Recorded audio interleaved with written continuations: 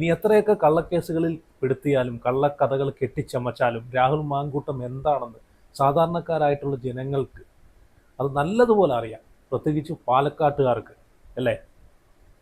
പാലക്കാട്ടുകാർക്ക് ഏറ്റവും കൂടുതൽ രാഹുലിനെ മനസ്സിലാക്കിയിട്ടുള്ളത് പാലക്കാട്ടുകാരാണ്.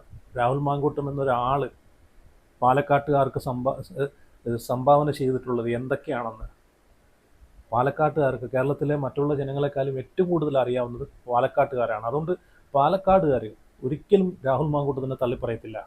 ഇന്നും അവിടെ സ്വതന്ത്രനായിട്ട് നിന്ന് കഴിഞ്ഞാൽ പുഷ്പം പോലെ ഭൂരിപക്ഷത്തോടു കൂടി രാഹുൽ ജയിച്ചു വരും. അത് പാലക്കാട് മാത്രമല്ല, കേരളത്തിൻ്റെ എവിടെ നിന്നാലും. കാരണം അത്രയേറെ ജനങ്ങൾക്ക് ഇഷ്ടപ്പെട്ടൊരു നേതാവാണ്. കാരണം ഒരു പെണ്ണ് കേസിൽ കുടുക്കിക്കളയാമെന്ന് വിചാരിക്കുവാണെങ്കിൽ അതൊരിക്കലും രാഹുലിൻ്റെ രോമത്തിൽ പോലും അത് തൊടത്തില്ല.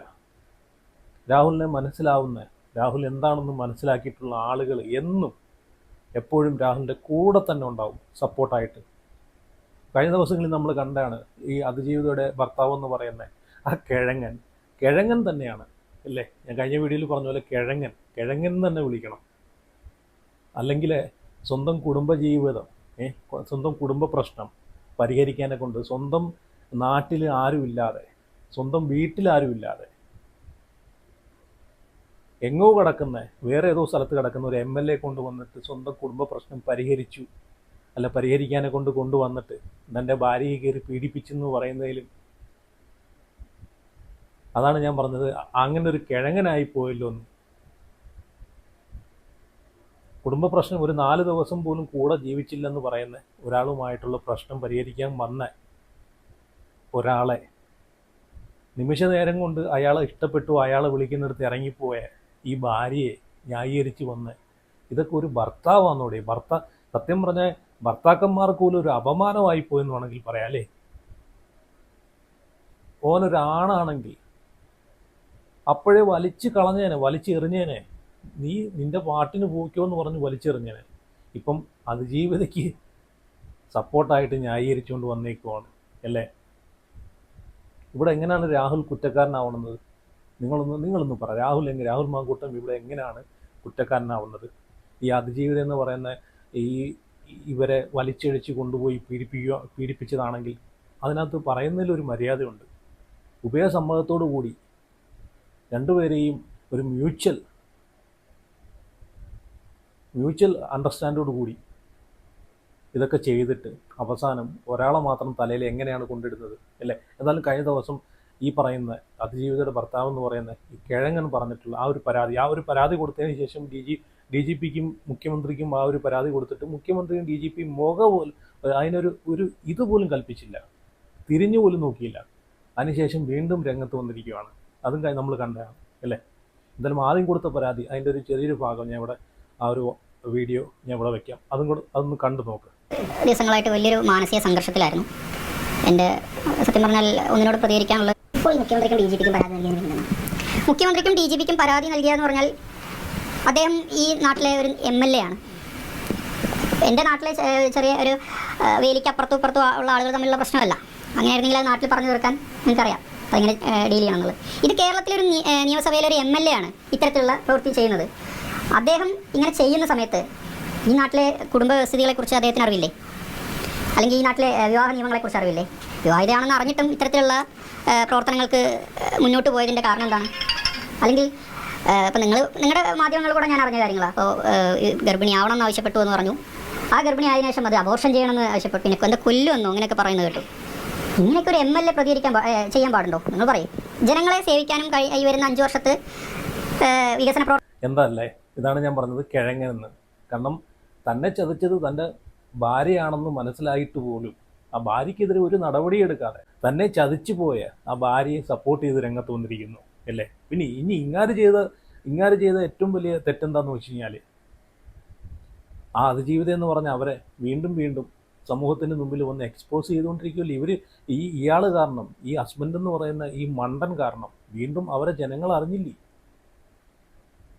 സമൂഹത്തിൻ്റെ മുമ്പിൽ, സോഷ്യൽ മീഡിയയിലെ മുമ്പിൽ വാർത്ത കൊടുത്തിട്ട് വീണ്ടും ഇയാളെ ഫേസ് എക്സ്പോസ് ചെയ്യുന്നത് കൂടി ആ അതിജീവിതം എന്ന് പറയുന്ന ആളെ വീണ്ടും എക്സ്പോസ് ചെയ്തുകൊണ്ടിരിക്കുമല്ലേ? എത്ര പേർക്ക് അറിയാത്ത ആൾക്കാർക്ക് ഇപ്പം എത്ര പേര് വീണ്ടും അവരെ അറിഞ്ഞുകൊണ്ടിരിക്കുകയാണ് ഇയാളിലൂടെ തന്നെ. അപ്പം ഇയാൾ തന്നെയല്ലേ കോടതിയിൽ നിന്ന് വന്ന നിയമം എന്താണ്? അതിജീവിതയുടെ ഐഡന്റിറ്റി ഒരിടത്തും വെളിപ്പെടുത്തരുത് എന്നാണ് പറഞ്ഞിട്ടുള്ളത് അല്ലേ? ഇപ്പം ഇയാൾ ചെയ്തുകൊണ്ടിരിക്കുന്നതും അത് തന്നെ. ആദ്യം ഒരു വാർത്താ സമ്മേളനം നടത്തി ഞാൻ രാഹുൽ മാങ്കൂട്ടത്തിനെതിരെ പരാതി കൊടുത്തെന്ന് പറഞ്ഞ് രംഗത്ത് വരുന്നു. അതിനുശേഷം വീണ്ടും വരുന്നു. അപ്പം ഇയാളും അതിജീവിതയും ഇപ്പം ചെയ്തുകൊണ്ടിരിക്കുന്ന എന്താണ്? അപ്പം ഇതിലൂടെ തന്നെ നമുക്ക് വ്യക്തമാണ് ഇതിൻ്റെ അജണ്ട. ഈ അതിജീവിത എന്ന് പറയുന്ന ഇവരുടെയും ഈ ഭർത്താവിൻ്റെയും അജണ്ട രാഹുലിനെ എങ്ങനെയെങ്കിലും പൂട്ടണം. രാഹുലിനെ പാർട്ടിയിൽ നിന്ന് പുറത്താക്കുകയോ അല്ലെങ്കിൽ MLA സ്ഥാനത്ത് നിന്ന് പുറത്താക്കുകയോ അതൊന്നുമല്ല ലക്ഷ്യം. ഇനി പാർട്ടിയിലേക്ക് മത്സരിപ്പിക്കാനേ ഇരിക്കാതിരിക്കാനുള്ള പരിപാടികളാണ് ചെയ്യുന്നത്. അതൊക്കെ ഇതിലൂടെ നമുക്ക് അതൊക്കെ മനസ്സിലാക്കാം. ഇവരെ അജണ്ട എന്താണെന്ന് നമുക്ക് മനസ്സിലാക്കാവുന്നേ ഉള്ളൂ. ഞാൻ ആദ്യം പറഞ്ഞ പോലെ ഒരു കുടുംബത്തൊരു പ്രശ്നം വന്നു കഴിഞ്ഞാൽ നമ്മൾ നാട്ടിലെ MLA-മാരെയാണോ ആദ്യം വിളിക്കുന്നത്? നമ്മൾ ആദ്യം വിളിക്കുന്ന ആരാണ്? നമ്മളെ കുടുംബത്തിലുള്ള നമ്മളെ ബന്ധക്കാരെയും സ്വന്തക്കാരെയും വേണ്ടപ്പെട്ട ആളുകളെയും വിളിച്ചിട്ടാണ് ആ ഒരു പ്രശ്നം പരിഹരിക്കുന്നത് അല്ലേ? നേരെ മറിച്ച് നേരെ ഓടുവാണോ? പള്ളിയിലെയോ അമ്പലത്തിലെയോ അല്ലെങ്കിൽ പാർട്ടിയുടെ നേതാവിനെയോ MLA-യോ മുഖ്യമന്ത്രിയോ ആരെങ്കിലും വിളിച്ചിട്ടാണോ ഏതെങ്കിലും വീട്ടിലൊരു കുടുംബ പ്രശ്നം പരിഹരിക്കുന്നത്? ഇത് സാമാന്യം തലയ്ക്കകത്ത് വല്ലതും ഉള്ള ആളുകൾക്ക് ചിന്തിക്കാവുന്നേ ഉള്ളൂ. എന്നിട്ട് വേറെ ഏതോ നാട്ടിൽ കിടക്കുന്ന ഒരു MLA വിളിച്ചുകൊണ്ട് വരുന്നു. ഭർത്താവിനോട് അതിയായിട്ട് അത്രയ്ക്കും സ്നേഹമുള്ള ഒരു ഭാര്യയാണെങ്കിൽ മറ്റൊരാൾ അല്ലെങ്കിൽ അയാളെ ഭാഗത്തു നിന്ന് എന്തെങ്കിലും ഒരു മോശമായിട്ടുള്ള കാര്യങ്ങൾ അവിടെ വരുന്ന സമയത്ത് അതിനെ സ്റ്റോപ്പ് ചെയ്യാൻ പോലും മടി കാണിക്കാതെ അയാളെ കൂടെ പോയിട്ട് അവസാനം 2-3 വർഷം കഴിഞ്ഞിട്ട് മാസങ്ങളും കഴിഞ്ഞിട്ട് എന്നെ പീഡിപ്പിച്ചു എന്ന് പറയുന്നതിൽ എന്തർത്ഥമാണുള്ളത്? ഇതിൽ നിന്ന് തന്നെ നമുക്ക് മനസ്സിലാക്കാം രാഹുൽ മാങ്കൂട്ടത്തിനെ പെടുത്താൻ തന്നെ കരുതി കൂട്ടി ഉണ്ടാക്കിയെടുത്ത കഥകളാണെന്ന് അല്ലേ? പക്ഷെ ഇതെല്ലാം ചീറ്റിപ്പൊയ്ക്കൊണ്ടേയിരിക്കുവാണ്.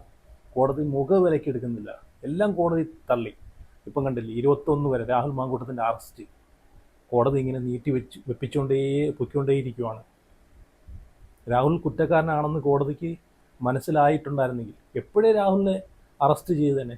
എന്തുകൊണ്ട് രാഹുലിനെ അറസ്റ്റ് ചെയ്യുന്നില്ല? കോടതിക്ക് വരെ മനസ്സിലായി ഇതൊരു രാഷ്ട്രീയ പകപോക്കലാണെന്ന്. എന്തായാലും രാഹുലിനെ സപ്പോർട്ട് ചെയ്യുന്ന സാധാരണക്കാരായിട്ടുള്ള ജനങ്ങൾ പറയുന്ന കാര്യങ്ങൾ നിങ്ങളൊന്ന് കണ്ടു നോക്കുക. അത്രയ്ക്കും രാഹുലിനെ മനസ്സിലാക്കി സപ്പോർട്ട് ചെയ്യുന്ന ജനങ്ങൾ ഈ കേരളത്തിലുണ്ട്. വീട്ടമ്മമാരും സാധാരണക്കാരായിട്ടുള്ള ജനങ്ങളുമുണ്ട്. നിങ്ങളൊന്ന് കണ്ടു നോക്ക്. രാഹുൽ മാങ്കൂട്ടത്തിന്റെ വിഷയത്തെ കുറിച്ച് അറിയാം. അതൊക്കെ ചുമ്മാ ഉടായ്പ. അതെ, പിന്നെ അതൊക്കെ മുട്ട ഉടായ്പ. അതൊക്കെ അവരുടെ ചുമ്മാ അതൊക്കെ ഒരാളിനെ താഴ്ത്തി കെട്ടാൻ വേണ്ടി ചെയ്തവരൊരു അദ്ദേഹം തിരിച്ചു വരണമെന്ന് പ്രവർത്തനത്തിൽ അങ്ങനെ നോക്കുകയാണെങ്കിൽ പുള്ളി കറക്റ്റ് ആക്റ്റീവ് കാര്യങ്ങളൊക്കെയാണ് പുള്ളി ചെയ്തുകൊണ്ടിരിക്കുന്നത്. വേറെ കുഴപ്പമൊന്നുമില്ല. തിരിച്ചു പ്രവർത്തനത്തിലേക്ക് ഇപ്പോൾ വരണം. പിന്നെ എന്ന് വയസ്സായ ആൾക്കാർ നിന്നാൽ മതിയോ? കുറ്റം ചെയ്യാത്തവർ തെറ്റില്ലാത്തവരാരുമില്ല. ഉണ്ടോ? ഇല്ല. അപ്പോഴും നമ്മൾ പാർട്ടിക്കാർ തന്നെ അവരെ താങ്ങി നിർത്തേണ്ടതായിരുന്നു. ഞാൻ എൻ്റെ അഭിപ്രായം അത് പറയാണ്. അവർ തന്നെ ഒരു ഇടങ്കോലിട്ട് ശല്യം ഉണ്ടാക്കിയത് എപ്പോഴായാലും അത് പാർട്ടിക്ക് ദോഷമാണ്. അത് പൊതുജനങ്ങൾക്കും അത് ദോഷം ചെയ്യും. ഇപ്പോഴെന്താ നമുക്ക് ഇപ്പോഴും നിസ്സാരം ഒരു പാവം വാങ്ങിക്കാൻ പറ്റുമോ? ഇപ്പോൾ എത്രയോ പെൺകുട്ടികളിരിക്കുന്നു. ഒരിക്കൽ ഒരു കാര്യം സംഭവിച്ചാൽ അപ്പോഴത് അവർ വെളിയിൽ പറയണം. അത് വച്ചുകൊണ്ടിരുന്നിട്ട് വർഷങ്ങളായിട്ടാണ് അത് വെളിയിൽ പറയണത്. അതിന് ശേഷമാണ് അത് പറയണത്. അത് മുമ്പ് തന്നെ പറയണം. എന്തെങ്കിലും ഒരു പെൺകുട്ടിയെ ഒരാളെ അപമാനിച്ചാൽ അതപ്പം പറയണം. അതല്ലാതെ വച്ചിരുന്ന് കുറേ കാലം പ്രശ്നമാക്കേണ്ട കാര്യമല്ലായിരുന്നു അത്. അതൊരു ഇത് വന്നില്ലല്ലോ, തെളിവില്ല, ഒന്നുമില്ല. പരാതി പോലും ഉന്നയിച്ച ആൾ എൻ്റെ കാഴ്ചപ്പാടി ഒരു നല്ല മനുഷ്യനാണ്. നല്ല മനുഷ്യനാണ്. തിരിച്ചു വരണോ അദ്ദേഹം? തിരിച്ചു വരണമെന്നാണ് ആഗ്രഹം. അങ്ങനെ തോന്നുന്നില്ല നമുക്കങ്ങനെ. കണ്ടില്ലേ രാഹുൽ എന്താണെന്ന് മനസ്സിലാക്കി രാഹുലിനെ സപ്പോർട്ട് ചെയ്ത് കൂടെ നിൽക്കാൻ സാധാരണക്കാരായിട്ടുള്ള ഒരുപാട് ആളുകളുണ്ട്. വീട്ടമ്മമാരും അമ്മമാരും പെങ്ങന്മാരും ഒരുപാട് ആളുകളുണ്ട്.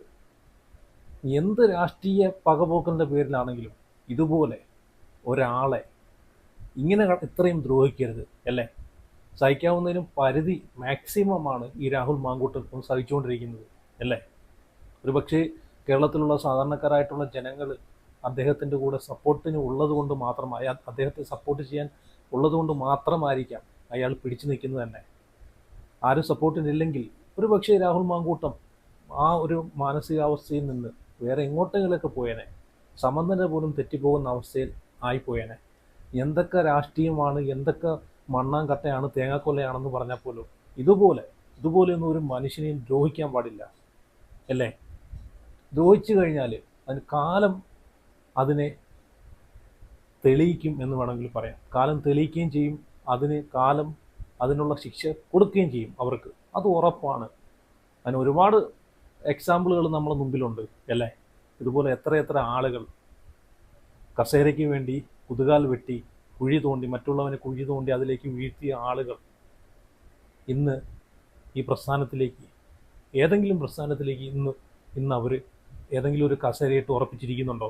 ഇല്ല. ഇതിലൂടെയൊക്കെ തന്നെ നമുക്ക് മനസ്സിലാക്കാവുന്നേ ഉള്ളൂ അല്ലേ.